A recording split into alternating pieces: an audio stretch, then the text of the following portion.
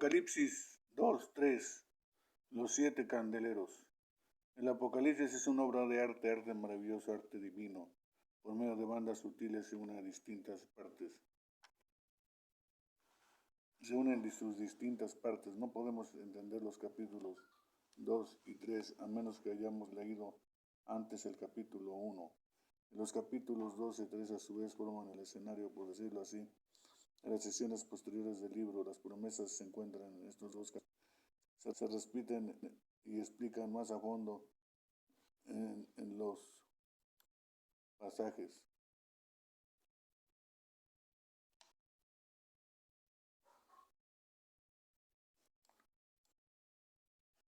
En los pasajes subsiguientes, ¿quieres saber el significado de las palabras? El que venciere, le daré de comer del árbol de la vida,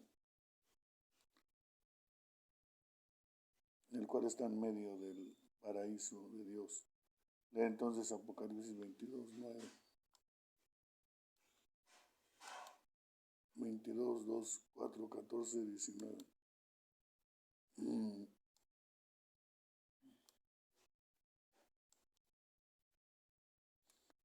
Paraíso de Dios, lees entonces, busca una definición de la muerte segunda en vista de la gloriosa promesa, el que venciera no se recibirá daño de la muerte segunda. Apocalipsis 20, 14.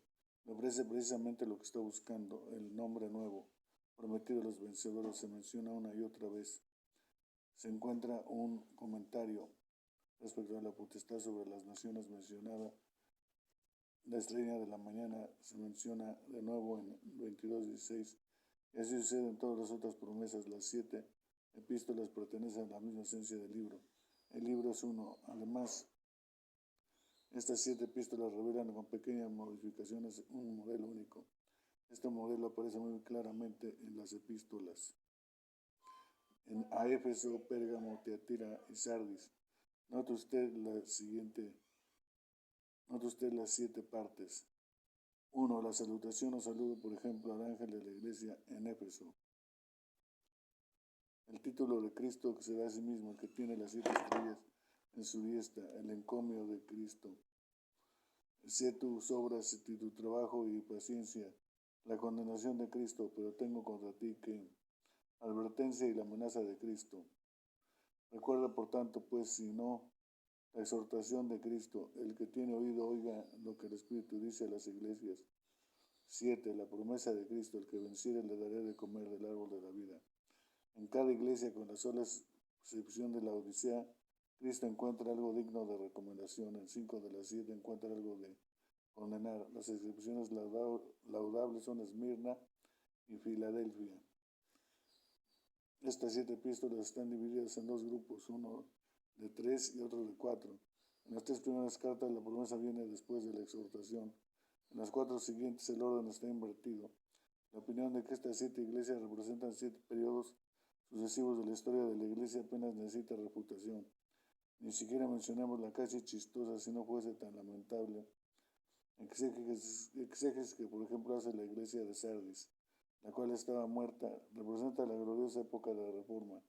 Debe quedar muy claro a cada estudiante de la Biblia que no hay ni un átomo de evidencia en todas las escrituras que corrobore este método enteramente arbitrario de despedazar la historia de la iglesia y de asignar los pedazos resultantes de las respectivas epístolas del Apocalipsis 2 y 3. Las epístolas describen las condiciones que ocurren no solamente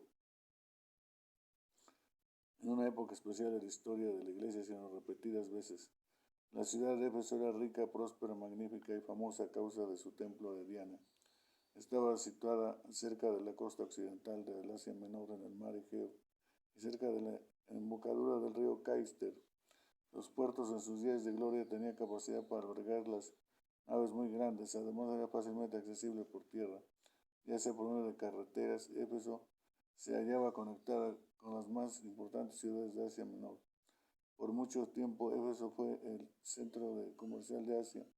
El templo de Diana era a la vez una tesorería, un museo y un lugar de refugio para los criminales. Suplió de empleo a muchos, inclusive a los plateros que hacían templecillos de Diana. Pablo visitó esta ciudad, Hechos 18, 19, 21. cuando iba de Corinto hacia Jerusalén, es decir, en su segundo viaje misionero alrededor del año 52 después de Cristo. Dejó allí a Priscila y Aquila. Hechos 8 dice, y en este lugar Apolos, de espíritu ferviente, enseñaba diligentemente. En su tercer viaje misionero se detuvo 3 años en Éfeso. Hechos 20:31. Su obra fue grandemente bendecida, no solo en Éfeso, sino también en la región circunvecina. La venta de los templecillos de plata empezaron a disminuir cuando el templo de Diana fue incendiado en 262 después de Cristo. Nunca volvió a ser reconstruido. Al regreso de su tercer viaje misionero, Pablo, de una manera muy conmovedora, se despidió de los ancianos de la iglesia. En Éfeso, Hechos 20, 17, 38, esto sucedió alrededor del año 57 después de Cristo, durante su primer encarcelamiento, 63.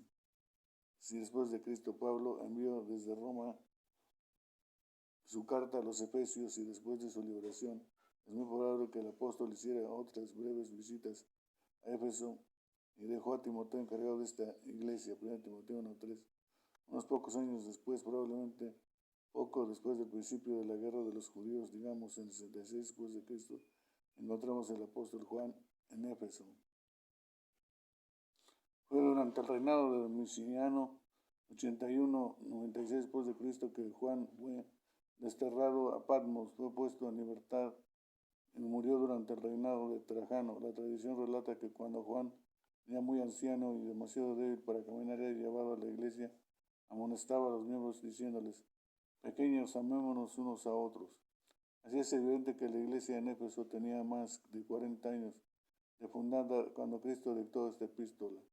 Otra generación ya había surgido, los hijos no experimentaban aquel entusiasmo intenso, aquella espontaneidad y ardor que demostraban sus padres cuando conocieron primeramente el Evangelio. Además, no tenía esa antigua devoción para con Cristo. Compare usted y vea una condición semejante en Israel después del tiempo de Josué y de los ancianos. La iglesia se había apartado de su primer amor, no de las palabras con que Cristo se designa a sí mismo: el que tiene las 7 estrellas en su diestra, el que anda en medio de los 7 candeleros de oro. ¿Por qué esta designación? Recuerde usted, las 7 estrellas representan a los ministros de las iglesias, los verdaderos embajadores de Cristo. Ahora falsos apóstoles habían perturbado a la iglesia en Éfeso, intentando de impedir la obra de los verdaderos ministros. De aquí que a esta iglesia se le da la seguridad de que el Hijo del Hombre, exaltado en la gloria, gobierna a los ministros y sabe lo que sucede en las iglesias. Tiene las 7 estrellas en su diestra y anda en medio de candeleros. Así encontramos que en cada caso particular la designación que Cristo se da a sí mismo es aplicable a la iglesia a la cual se dirige la epístola. La iglesia en Éfeso es elogiada por su obra, su trabajo y su paciencia. Respecto a estas cosas, esta iglesia era un candelero que hacía resplandecer la luz del Salvador en medio de las tinieblas del mundo. Ella fue elogiada también. Su tolerancia es una cosa digna de atención especial. Había probado a los pseudoapóstoles y, hallando a los mentirosos, los había rechazado en todas las pruebas de esta iglesia. Había sido leal a la verdadera doctrina y no había desfallecido. Había prestado atención a la advertencia de Pablo. Hechos 20, 28, 29 y 1 Juan 4, 1. Luego leemos de repente la acusación: pero tengo contra ti que has dejado tu primer amor. Ya hemos explicado el significado de este reproche serio. Sin duda había obra, trabajos y paciencia en la iglesia en Éfeso, pero todas estas cosas pueden estar presentes aunque haya una declaración en el amor. Una esposa, por ejemplo, va a ser muy fiel a su esposo y puede dar evidencias de una gran asiduidad en todas las cosas que se relacionan con él, y sin embargo puede haber una decadencia en su amor. El sentido del deber puede hacerla fiel en todos los detalles de su atención para con su marido. Asimismo, un miembro de la iglesia puede ser muy fiel respecto a su asistencia a los cultos, pero a pesar de esto no ser tan devoto al Señor como era antes. Se exhorta a la iglesia a darse cuenta de su caída y arrepentirse para que pueda hacer de nuevo las primeras obras. La amenaza de "pues si no, vendré pronto a ti y quitaré tu candelero de su lugar", se cumplió, porque hoy no hay iglesia en Éfeso. El lugar está en un estado de devastación. Luego el Señor resume muy tiernamente su recomendación. Mas tienes esto, que aborreces los hechos de los Nicolaitas, los cuales yo también aborrezco.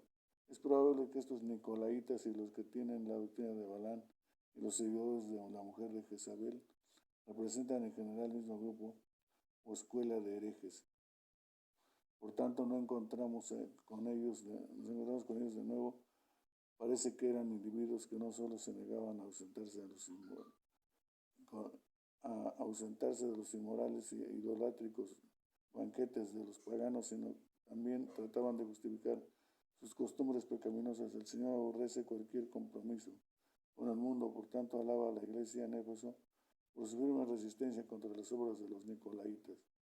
Sigue después la exhortación: el que tiene oído oiga lo que el Espíritu dice a las iglesias. Observa la frase a las iglesias. Cada epístola tiene que ser leída no solamente por la iglesia a la cual se dirige principalmente, sino también por todas las iglesias. La expresión al que venciere quiere decir al conquistador. Es la misma palabra usada en 6:2. Y salió venciendo y para vencer. El conquistador es la persona que lucha contra el pecado, el diablo y todo su dominio, y que en su amor por Cristo se mantiene firme hasta el fin. A tal conquistador el Señor promete algo mejor que el alimento ofrecido a los ídolos, con los cuales los paganos y sus fiestas licenciosas trataban probablemente de tentar a los miembros de la iglesia. Al conquistador se le daría de comer del árbol de la vida. Génesis 3:22, Apocalipsis 22:2-14. Es decir, heredaría la vida eterna en el paraíso celestial. Así se adapta la promesa del carácter general de la epístola, como se hace con respecto a cada uno de estos 7 mensajes. La carta a Esmirna, 2:8-11. Esta ciudad, situada en un brazo de mar de Egeo, era rival de Éfeso. Pretendía ser la primera ciudad de Asia en cuanto a la belleza y dimensión. De manera gloriosa y pintoresca se inclinaba desde el mar, y sus espléndidos edificios públicos estaban situados en la cumbre redonda de la colina Pagos, formando lo que se llamaba la corona de Esmirna. La brisa occidental, el céfiro, venía del mar, soplaba por toda la ciudad, manteniéndola fresca aún en el verano. Desde el principio del ascenso de Roma al poder, incluso antes de su grandiosa era, Esmirna fue su aliada leal. Era reconocida como tal por Roma. La fidelidad y la lealtad de los ciudadanos de Esmirna llegó a ser proverbial. Según toda probabilidad, la iglesia en Esmirna fue fundada por Pablo durante su tercer viaje misionero, 53-56 después de Cristo. De esto no estamos seguros. Esto parece que es una conclusión cierta de acuerdo con lo que leemos en Hechos 19:10. De manera que todos los que habitaban en Asia, judíos y griegos, oyeron la palabra del Señor Jesús. Es posible que Policarpo fuera obispo de la iglesia de Esmirna en aquel tiempo. Era un discípulo de Juan, fiel hasta la muerte. Este venerable obispo fue quemado vivo en una pira en el año 155 después de Cristo. Se le pidió que dijera: César es el Señor, pero se rehusó a hacerlo. Llevado al estadio, el procónsul le instó diciendo: jura, maldice a Cristo y te pongo en libertad. Policarpo le respondió: 86 años le he servido, nunca me ha hecho sino bien. ¿Cómo entonces puedo maldecir a mi rey y salvador? El procónsul seguía insistiendo y el anciano le respondió: puesto que estás insistiendo inútilmente a que jure por la fortuna de César y pretendes no saber quién soy y lo que soy, escúchame declarar con toda intrepidez que soy cristiano. Luego el procónsul le respondió: tengo aquí cerca de unas fieras a las cuales te arrojaré a menos que te arrepientas. Después agregó: puesto que desprecias las fieras, si no te arrepientas, haré que seas consumido por el fuego. Pero Policarpo respondió: tú me amenazas con fuego que quema por 1 hora y después de un poco se apaga, pero ignoras respecto al fuego del juicio venidero y del castigo eterno reservado para los malos. Pero ¿por qué te demoras? Haz lo que quieras. Poco después la gente empezó a traer leña, los judíos especialmente, conforme a su costumbre, asistiéndolos con entusiasmo. Así Policarpo fue quemado vivo en una pira. Intencionalmente hemos concluido esta breve narración del martirio de Policarpo, para que pueda tener el lector un mejor conocimiento de las verdaderas conexiones que existían en la Iglesia durante los primeros 2 siglos de la era cristiana. Es esta Iglesia que Cristo se dirige de la siguiente manera: el primero y posterior, el que estuvo muerto y vivió, dice esto, es decir, el que estaba vivo aun cuando estaba muerto, el ser eterno, como en todas las otras epístolas. Así es aquí la asignación que Cristo se da a sí mismo. Armoniza hermosamente con el carácter general del mensaje. Cristo, el conquistador de la muerte, el ser eterno, podría decir tal como dice en esta carta: sé fiel hasta la muerte y yo te daré la corona de la vida. 2:10. Yo sé de tu tribulación y tu pobreza. Esto quiere decir pobreza en sumo grado.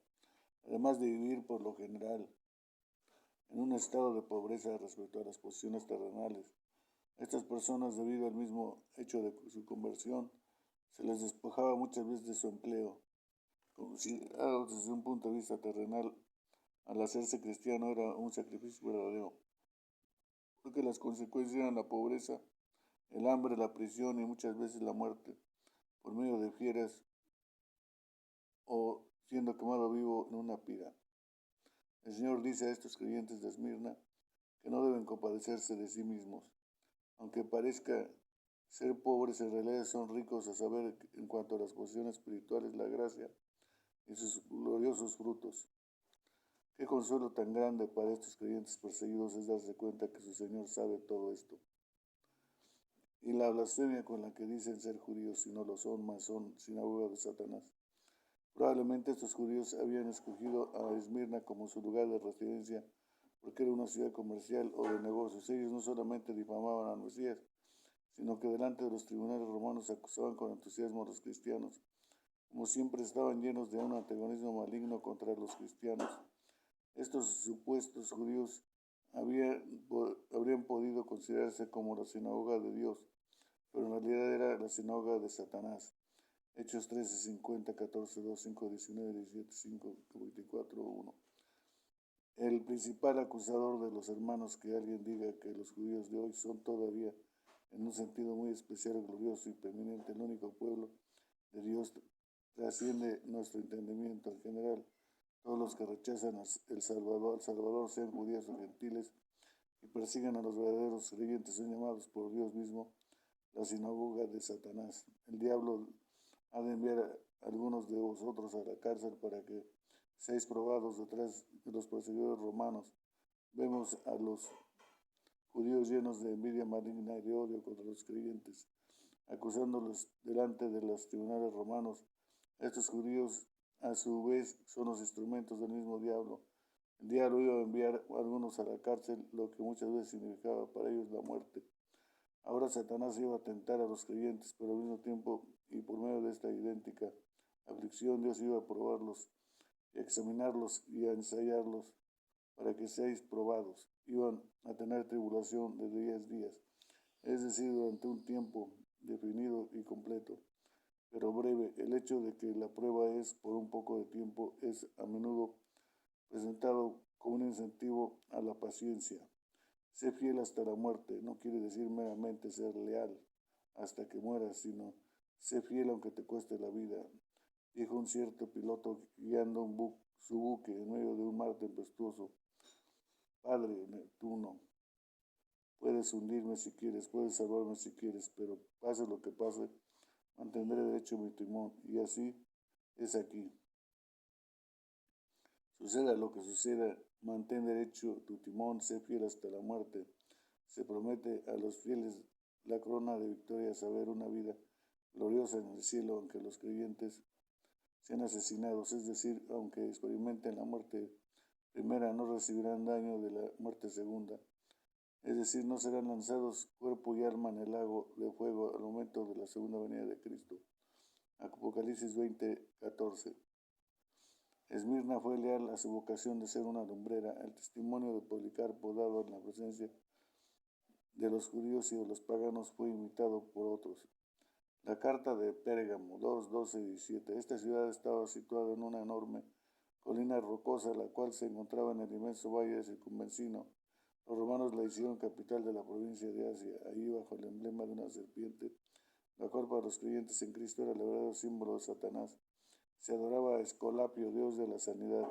Allí se podía ver muchos altares paganos y el gran altar de Zeus. Posiblemente Cristo estaba pensando en todas estas cosas cuando llamó a Pérgamo, el lugar donde está el trono de Satanás. Sin embargo, a nosotros nos parece que el propósito evidente del autor es el de llamar la atención al hecho de que Pérgamo era la capital de la provincia y como tal era también el centro de adoración del emperador. Allí el gobierno funcionaba, allí estaban los templos dedicados a la adoración de César. Allí se pidió a los creyentes que ofrecieran incienso a las imágenes de los emperadores y que dijeran César es Señor. Por tanto, Satanás tenía allí su trono, tenía allí su completa libertad. El que tiene la espada aguda de 2 filos dice estas cosas. De nuevo, la descripción que Cristo da de sí mismo concuerda con el tono general de la carta. Dice aquí que Cristo tiene la espada aguda de 2 filos porque va a pelear contra los nicolaitas y a menos que se arrepientan. Versículo 16. Aunque el trono de Satanás estaba allí, a pesar de que Antipas había sido asesinado allí porque rehusó ser infiel a su Señor, los creyentes en Pérgamo mantenían con tenacidad la confesión de su fe en Cristo. Sin embargo, se equivocaron grandemente en una cosa, descuidaron la disciplina probablemente porque hicieron hincapié en la salvación personal. Olvidaron que el deber del cristiano no es interesarse también por el bienestar de la iglesia entera. Algunos de los miembros de la iglesia habían asistido a las fiestas paganas y muy probablemente participaron en las inmoralidades que caracterizan estos banquetes. Lo mismo había sucedido con los hijos de Israel en los días de Balaam.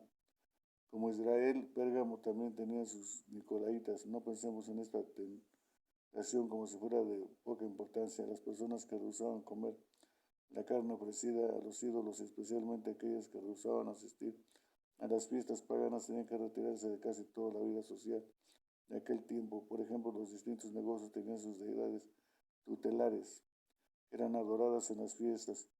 Frecuentemente la persona que se rehusaba a participar en estos banquetes perdía su empleo, su negocio y se volvía un paria.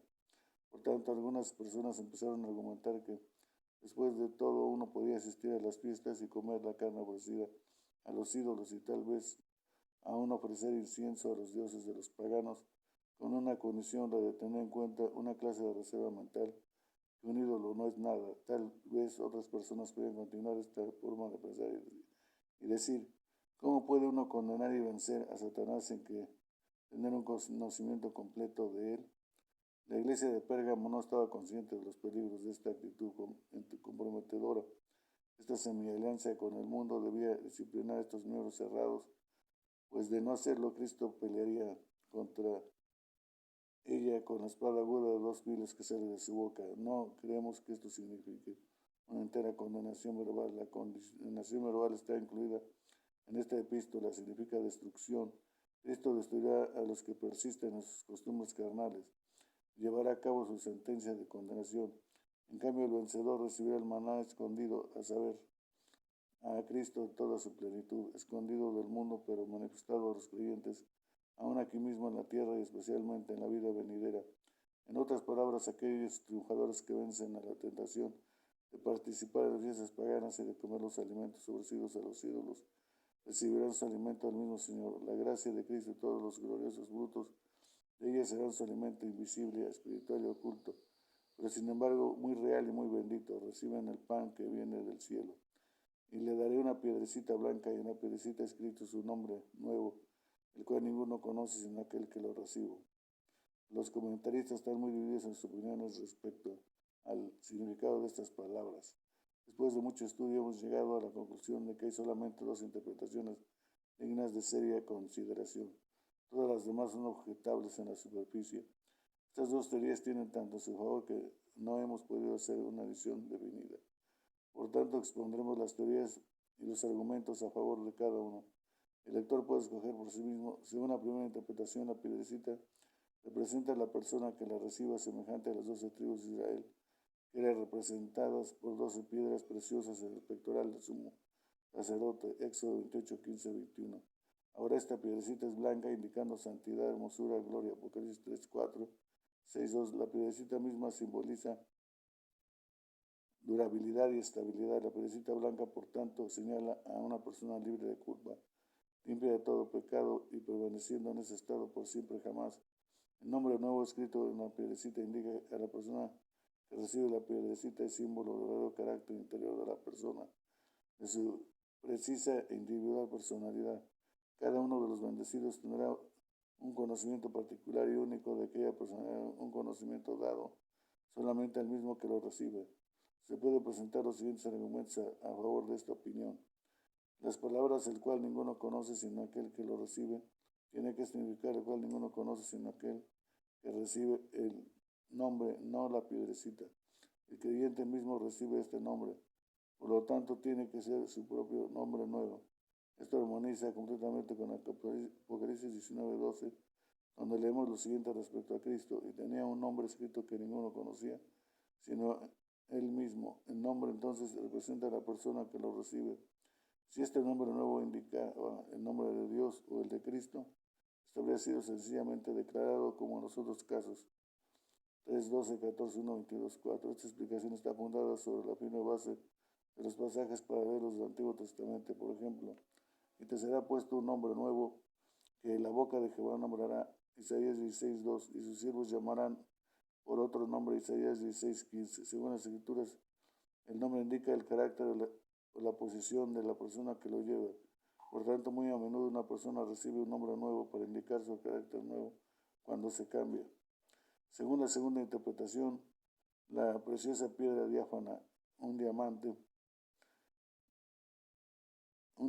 está inscrita en el nombre de Cristo. Recibir esta piedrecita con su nombre nuevo quiere decir que la gloria del vencedor recibirá una revelación de la dulzura, de la fraternidad con Cristo en su carácter nuevo, con la relación del recién coronado mediador, una fraternidad que solamente los que la reciben pueden apreciarla.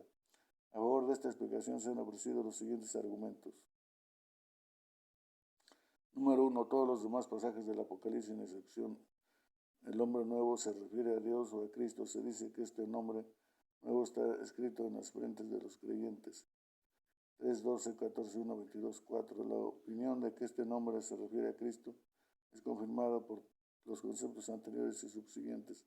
El maná escondido se refiere a lo que Cristo es para el creyente. Además, está en la misma serie de epístolas. Hallamos un pasaje paralelo, 3:12, en el cual se dice definidamente que el nombre que escrito sobre el creyente pertenece a Cristo, asumiendo que la expresión el cual ninguno conoce sino aquel que lo recibe, quiere decir aquel que recibe el nombre. Esto no es una prueba de que el nombre sea la propia designación nueva del creyente. Se puede decir que el creyente recibe el nombre de Cristo por lo que tiene escrito sobre su frente. En ese sentido es interesante observar que los incrédulos reciben del diablo una imitación del nombre nuevo. Se dice que ellos reciben una marca de sus frentes, 24, lo mismo que los creyentes reciben el nombre de Cristo en sus frentes, 14:1.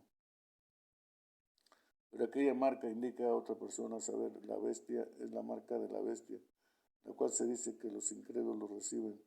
Asimismo, según nuestro lenguaje actual, 2:17, los creyentes reciben el nombre de Cristo, es decir, su nombre está inscrito en sus frentes, en el sentido explicado en el siguiente párrafo. Esta opinión armoniza con el simbolismo del Antiguo Testamento, la cual está incorporada en muchos pasajes del Apocalipsis. Sobre la frente del sumo sacerdote, es decir, para ser exacto, en la parte frontal de la mitra estaba escrito un nombre.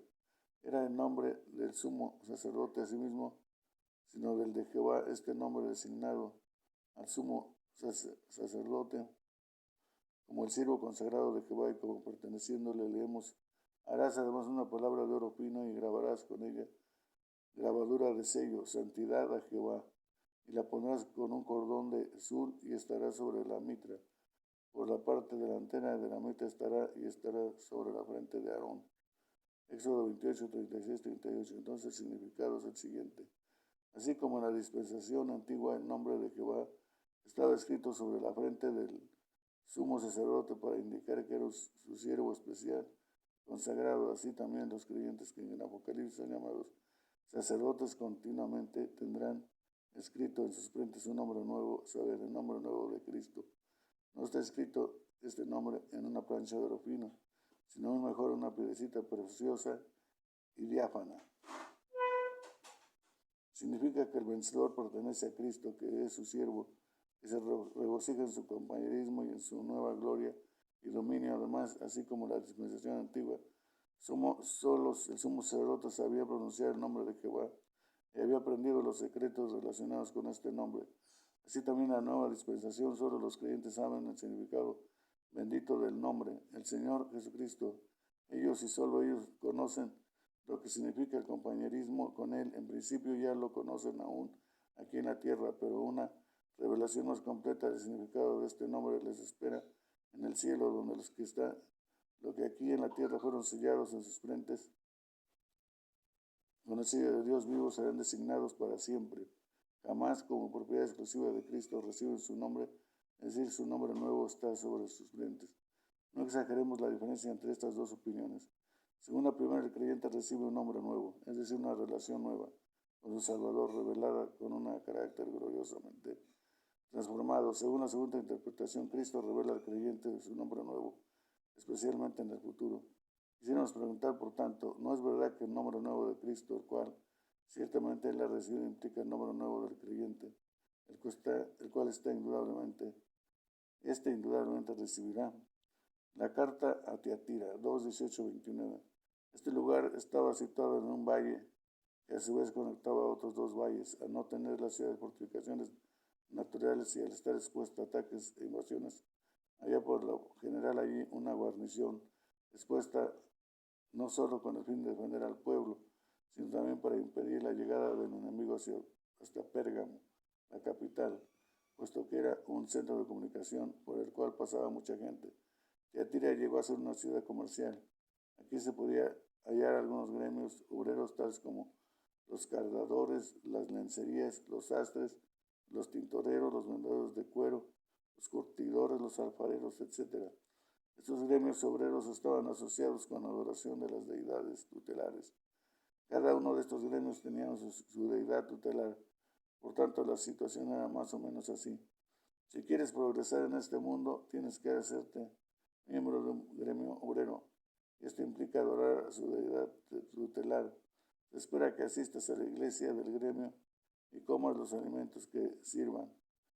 De estos, una porción se ofrecerán a la deidad tutelar y luego tendrás que recibir en tu mesa los alimentos como un regalo de este Dios. Luego se terminará la fiesta y empieza la verdadera diversión, groseramente inmoral. No tendrás que marcharte a menos que desees hacerte objeto de ridícula y la persecución. ¿Qué tiene que hacer un cristiano en esta situación tan difícil? Si sale del gremio, pierde su posición y reputación en la sociedad. Puede sufrir privaciones, hambre y persecución. En cambio, si permanece en el gremio, asiste a las fiestas inmorales, comiendo las cosas ofrecidas a los ídolos y comiendo fornicación. Niega a su Señor. En esta situación difícil, la profetisa Jezabel fingió saber la solución verdadera del problema, la salida de la dificultad. Aparentemente arguyó así: para poder vencer a Satanás, tienes que conocerle. Jamás podrás vencer el pecado a menos que lo hayas conocido a fondo por medio de la experiencia. En pocas palabras, un cristiano debe aprender a conocer las cosas profundas de Satanás. Por tanto, asiste sin falta a las fiestas de los gremios y comete fornicación y continúa siendo cristiano. O mejor dicho, aún llega a ser un cristiano mejor. Pero si los miembros de la iglesia pueden persuadirse de que este procedimiento es correcto, no puedes engañar a aquel que tiene ojos como llama de fuego y cuyos pies están listos a aullar los malos. El Señor recomienda todo lo que es digno de alabanza, obras, caridad, fe, ministerio, servicio de amor dado a los hermanos y paciencia. También los elogia por esto, que tus obras postreras son más que las primeras. Respecto a todas estas cosas, Tiatira era una verdad, un candelero, una portadora de luz,